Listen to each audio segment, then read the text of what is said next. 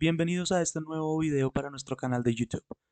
El día de hoy tenemos tal vez uno de los tiempos más sencillos de explicar, entender y dominar del idioma inglés. Vamos a hablar de los tiempos continuos, en este caso del presente y del pasado continuo.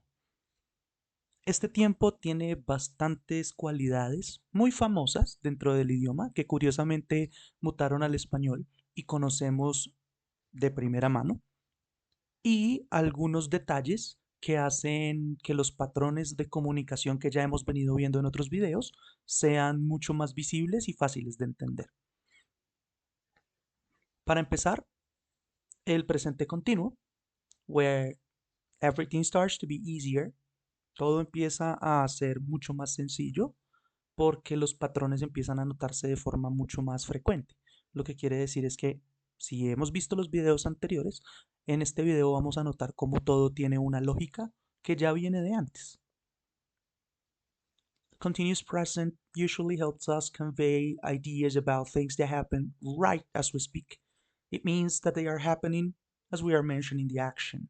Son situaciones que están ocurriendo en el mismo momento en que las estamos mencionando. Justo cuando hablamos, esa acción se está ejecutando.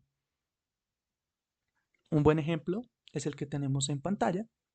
Vamos a anotar en rojo algo que llamamos un verbo auxiliar, ya voy a definir en detalle qué es, y en verde un modo, que es tal vez el más famoso del inglés, el que reconocemos fácilmente, y funciona de la siguiente manera.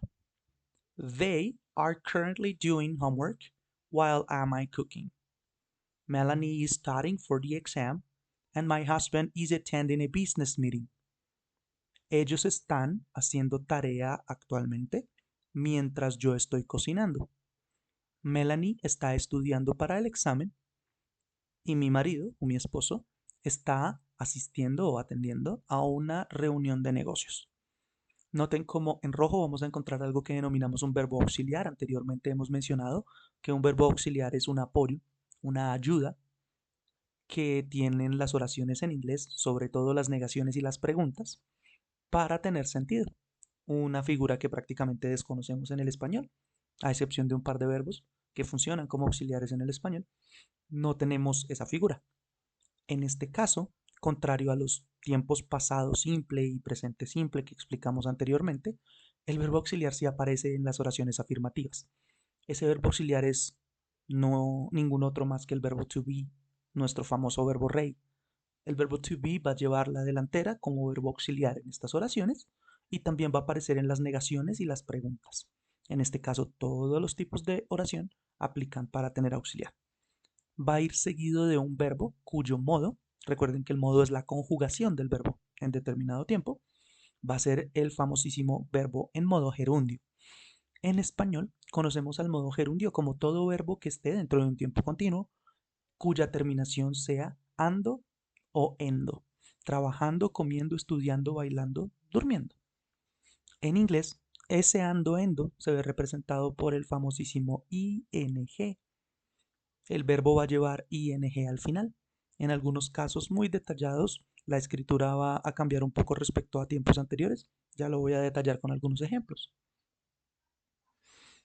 Como lo venía indicando, el modo gerundio es tal vez el modo más famoso del inglés, traducido a otros idiomas.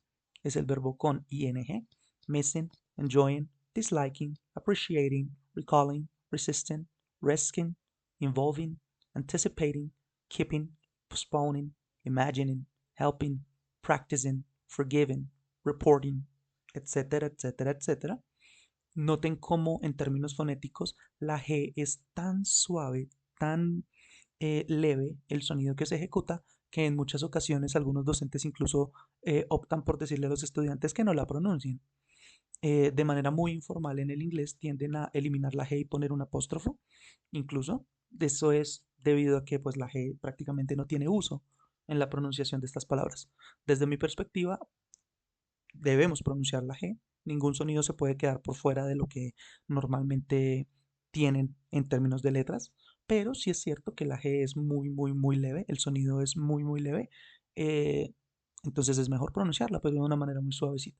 Prácticamente no se nota cuando ustedes lo dicen de manera ágil, ¿sí? Resuming, completing, delaying, minding, considering, resenting, discussing. Se nota la G pero de una manera muy leve. Tiene dos traducciones al español, ya lo había mencionado, ando, endo. Y para que funcione siempre debe estar precedido por el verbo to be. A mis estudiantes jóvenes les tiendo a decir que son hermanos siameses, no se pueden separar, ¿vale? Siempre para que el tiempo continuo esté bien ejecutado, debe llevar el verbo to be seguido de un verbo en modo gerundio. Noten cómo en español sería estar, para ser más claro, más un verbo con ando, endo, estás caminando o comiendo, estamos comiendo o caminando. Y en inglés pues sería am, are o is, dependiendo de cuál pronombre usemos, seguido del verbo con ing.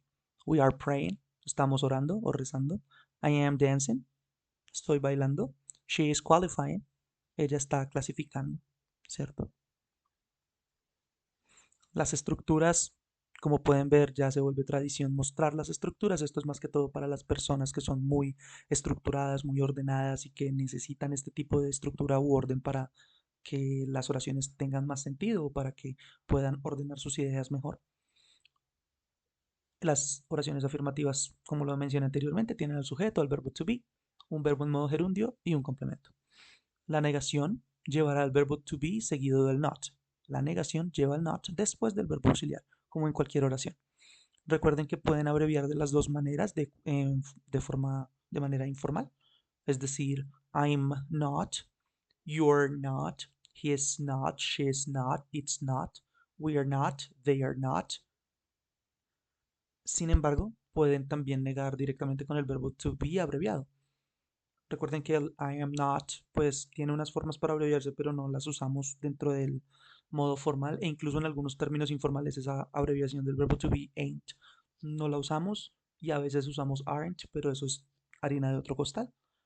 You aren't, he isn't, she isn't, it isn't, we aren't, they aren't. Serían formas de abreviarlo de manera informal. Esto seguido del verbo en modo gerundio y el complemento. He notado en algunos casos algunos estudiantes tienden a poner la negación después del gerundio. Recordemos que para eso existen los verbos auxiliares, para apoyar en términos de negación y pregunta. Por ende, la negación va después del auxiliar, en este caso el to be. Y para la interrogación, pues hacemos una pequeña operación de siameses y lo separamos solo por esta ocasión. Para poner el verbo to be al principio, porque ya saben que es nuestro símbolo de apertura de interrogación, el verbo auxiliar va a ir seguido de un sujeto. Recuerden que existen preguntas negativas, claro que sí. En este caso, si la pregunta es directamente relacionada con ignorancia, porque no conozco la información, uso verbo auxiliar, sujeto, not.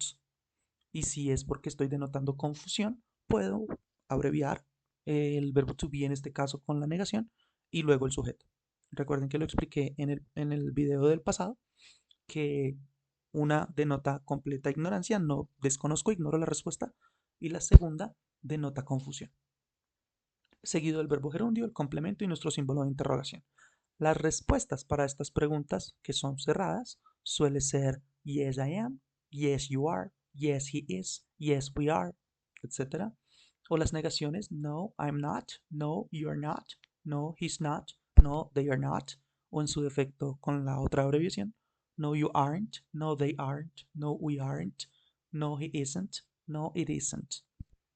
Y eso sería la explicación del presente continuo. Es bastante sencillo.